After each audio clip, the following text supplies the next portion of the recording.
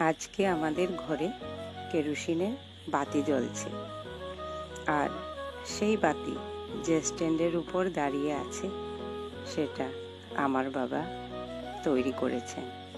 এটার বয়স কমপক্ষে হলে 45 হবে। কথাই বলে না, ওল্ড ইজ গোল্ড। আমরা এটাকে খুব যত্ন করে রেখে দিয়েছিলাম, না ফেলে দিয়ে। আজকে এই বিপদের দিনে সেটাই কাজে আসছে।